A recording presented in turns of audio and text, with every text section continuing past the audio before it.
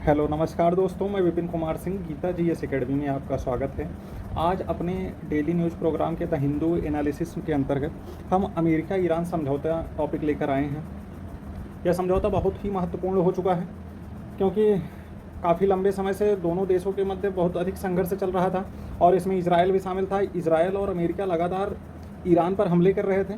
बदले में Iran Israel पर और अपने पड़ोसी देशों में अमेरिकी रक्षा केंद्रों पर लगातार हमला कर रहा था, जिसमें लाखों लोगों की जानें गई और पूरे विश्व में लगातार कच्चे तेल की सुनिश्चितता प्रभावित होती रही। तो देखते हैं अब क्या होगा, मिडिल ईस्ट का भविष्य कैसे परिवर्तित होगा।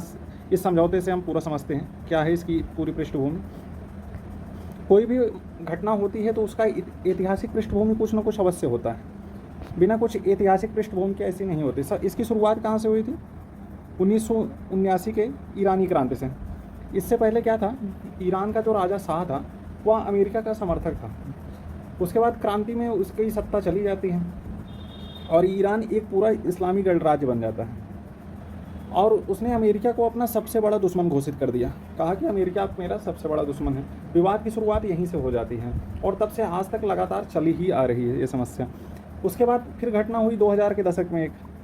2000 के दशक में पता चला कि ईरान चुपके से क्या है, परमाणु बम बनाने की कोशिश कर रहा है। अब ये घटना शुरू हुई तो तुरंत संयुक्त राष्ट्र हैं और यूएसए दोनों तुरंत एक्टिव हो गए और क्या किए, ईरान पर बहुत सारे प्रतिबंध लगाना शुरू कर दिए। विवाद और भी बढ़ गया। उसके बाद फिर शांत कहाँ होने वाला था फिर, लेकिन जब बाराक ओबामा राष्ट्रपति बने थे तो क्या हुआ, एक joint comprehensive plan of action हुआ उस समय।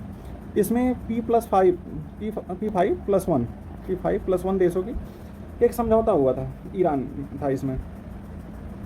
क्या हुआ कि इसमें ईरान ने कहा कि हम अपने परमाणु कार्यक्रम जो हैं वो स्थगित कर देंगे, ठीक है, और अमेरिका ने प्रतिबंध हटाने का वादा किया। तो इससे थोड़ा नरमी आई बीच में, लेकिन फिर 2016 में ट्रंप जी आ गए, राष्ट्रपति बने। उसके बाद 2018 में इन्होंने तुरंत यू टर्न ले लिया और क्या किया, अमेरिका ने ईरान के ऊपर एकदम एग्रेसिव नीति शुरू कर दी।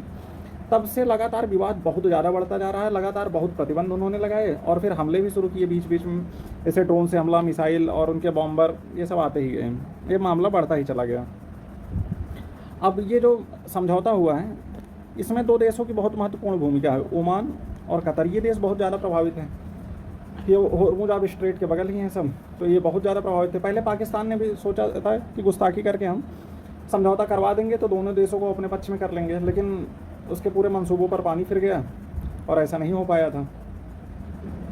समझौते की मुख्य शर्तें देखते हैं क्या हैं शर्तें। ये ईरान के ऊपर क्या प्रतिबंध था, ईरान ने क्या कहा कि जो उसका यूरेनियम वाला मामला है, यूरेनियम संवर्धन वो 20% तक लेकर आएगा। मतलब कि वो यूरेनियम का सकारात्मक उपयोग कर पाएगा, बिजली उत्पादन जो है उसका वो होगा उससे, लेकिन परमाणु बम नहीं बना पाएगा। 20% जो होता है उसका कंसंट्रेशन, उससे परमाणु बम नहीं बनाया जा सकता है। और जो परमाणु ऊर्जा एजेंसी है अंतर्राष्ट्रीय, वो आके इसकी जांच भी करेगी। मतलब ये भी समझौते में है कि अंतर्राष्ट्रीय परमाणु ऊर्जा एजेंसी को अपने ठिकानों को जांच करने देगा ईरान, ऐसा मतलब अमेरिका ने कहा है। और अमेरिका भी बोला है कि हम ईरान के तेल निर्यात पर जो प्रतिबंध लगाए हैं सब खत्म आज से कर रहे हैं और बैंकिंग क्षेत्र में जितने भी प्रतिबंध है पूरी तरह से आज समाप्त कर रहे हैं। ऐसी घोषणा की है अमेरिका ने। अब इससे क्या होगा, वहाँ जो स्विफ्ट से बाहर कर दिया गया था, स्विफ्ट एक अंतर्राष्ट्रीय लेन देन सेटलमेंट की प्रणाली होती है, अब इससे दोबारा जुड़ जाएगा ईरान, जिससे इसका जो विश्व व्यापार प्रभावित हुआ था वो फिर से सब सही हो जाएगा अब। और जो एक मामला चला था कि ईरान होर्मुज स्ट्रेट से जितने जहाज़ जाएंगे उस पर टैरिफ लेगा, तो ऐसी बातें अब भी शांत हो गई हैं, ऐसा कुछ नहीं है। और ना तो हूती विद्रोहियों को हथियार देगा, नहीं तो हूती क्या है कि ईरान का प्रमोटेड एक ग्रुप था पहले से। ये लोग समुद्री जहाज़ों पर जो जाती थी होर्मुज स्ट्रेट के आसपास से, वहाँ पर हमला करते थे, ठीक है। देख लेते हैं जो ये पूरा बहुत ज़्यादा विवादों के केंद्र में रहा होर्मुज स्ट्रेट। होर्मुज स्ट्रेट क्या है कि ये पर्सियन गल्फ है इधर अंदर की तरफ, और इधर है ओमान की खाड़ी। ये ओमान की खाड़ी जो है ये अरब सागर से लगती है। इन दोनों को जोड़ने का ये रास्ता है। अगर आपको दुबई जाना हो, ठीक है, अबू धाबी जाना हो, और अगर ये तो ओमान बाहर हो गया, कतर अंदर है, अगर यहाँ सब जाना हो तो आप स्ट्रेट ऑफ होर्मुज से जा सकते हैं।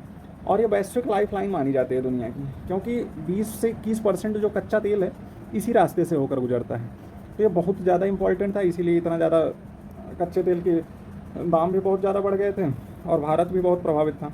अब जब पूरी दुनिया प्रभावित है तो भारत भी बहुत प्रभावित रहेगा निश्चित तौर पर। और भारत ईरान से बहुत घनिष्ठ भी रहा है व्यापार के मामले में भी, तो भारत पर बहुत ज़्यादा ही प्रभाव पड़ा था। सबसे महत्वपूर्ण समस्या हुई थी ऊर्जा सुरक्षा को लेकर। भारत क्या है, अपनी 80 से 90% जो है 85% ज़रूरतें वो वैश्विक आयात से ही पूरी करता है। कच्चा तेल का आयात करता है, उसके बाद उसे रिफाइंड करके भारत अपने देश में भी सप्लाई करता है और विश्व के अन्य देशों को बेचता भी है। तो भारत में बहुत बड़ी बड़ी रिफाइनरी हैं, जैसे जामनगर विश्व की सबसे बड़ी रिफाइनरी है रिलायंस इंडस्ट्रीज़ की। अब क्या होगा, जो वैश्विक तेल की कीमतें हैं वो बहुत तेज़ी से गिर गई हैं।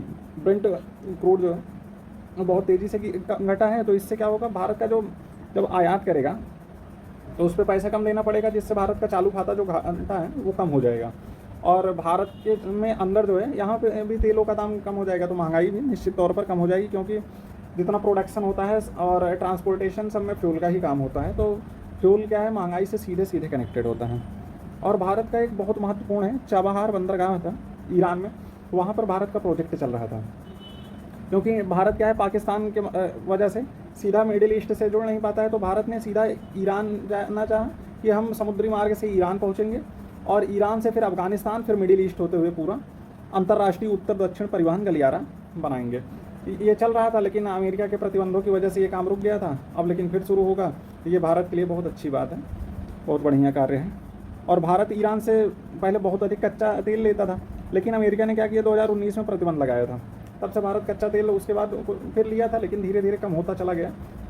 भारत कच्चा तेल वर्तमान स्थिति में नहीं ले पा रहा था बिल्कुल भी ईरान से, लेकिन अब फिर शुरू होगा। तो भारत क्या होता है, ईरान से फ़ायदा होता है ये कि हम उनको पैसे में भुगतान कर दे, अपने रुपए में भुगतान कर देते हैं, और बासमती चावल उनको भेज देते हैं, चाय दवाइयाँ ये सब भी भेज देते हैं। तो फिर क्या होता है, बहुत ज़्यादा ना डॉलर ख़रीदना पड़ता है, ये सब नहीं होता है। भारत का भी फ़ायदा होता है, यहाँ की वस्तुएं निर्यात भी आसानी से हो जाती हैं।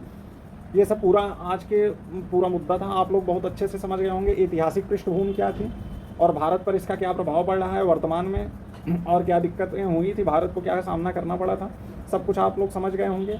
अब बहुत अच्छी बात है कि ये समझौता हो गया, क्योंकि इससे लाखों लोगों की जान जा रही थी और इंफ्रास्ट्रक्चर पूरा बर्बाद ही हो रहा था। चलिए देखते हैं, GS2 का पार्ट है, UPSC के इंटरनेशनल रिलेशन का ये पार्ट है। तो देखते हैं, इस पर एक क्वेश्चन करते हैं हम लोग मेंस का। अमेरिका ईरान के बीच चल रहे भू राजनीतिक तनाव और संयुक्त व्यापक कार्य योजना की अनिश्चितता ने पश्चिमी एशिया के शक्ति संतुलन को गंभीर रूप से प्रभावित किया है। इस परिदृश्य के आलोक में भारत की ऊर्जा सुरक्षा और रणनीतिक हितों पर पड़ने वाले प्रभावों का समालोचनात्मक विश्लेषण कीजिए। आप लोग ये क्वेश्चन ज़रूर अटेम्प्ट करिएगा, क्योंकि यह बहुत महत्वपूर्ण है। इसकी मेन बॉडी में 2-3 चीज़ों को आप लोग बहुत अच्छे से देखिएगा कि मिडिल ईस्ट की जो है, पश्चिमी एशिया में शक्ति संतुलन जो है, ये इसकी स्थिति क्या है, और भारत की ऊर्जा सुरक्षा की चुनौतियाँ। ऐसे मान लीजिए फिर हमले हुए, कुछ भी हुआ, तो भारत की ऊर्जा सुरक्षा फिर प्रभावित हो जाएगी। तो मतलब भारत को अल्टरनेट रास्ते क्या क्या अपना सकते हैं और कैसे प्रभावित होगा और क्या अपना सकते हैं, ये कंक्लूजन में क्या अपना सकते हैं ये लिखिएगा।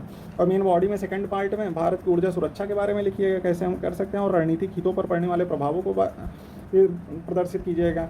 तो भारत की विश्व व्यवस्था में क्या स्थिति है, क्योंकि भारत को ऐसे लोग परेशान करने की कोशिश करते हैं कि हम थोड़ा सा कुछ करेंगे और भारत परेशान होगा, और राजनीतिक दबाव बनाकर हम उससे बार्गेनिंग करेंगे। अंतर्राष्ट्रीय स्तर पर देखा गया है कुछ दिनों से, जैसे डोनाल्ड ट्रंप ने किया है। आप लोग इसे अटेम्प्ट करिएगा, अपना जो आंसर है वो कमेंट सेक्शन में आप लोग अपलोड कर दीजिएगा उसकी फ़ोटो, तो हम उसे क्या करेंगे, आप लोगों को फीडबैक दे देंगे एनालिसिस करके। ठीक है, थैंक यू क्लास। डेली आप लोग जुड़िए हमारे इस प्रोग्राम से और कमेंट में ज़रूर बताइए आपको कैसा लगा। Thank you.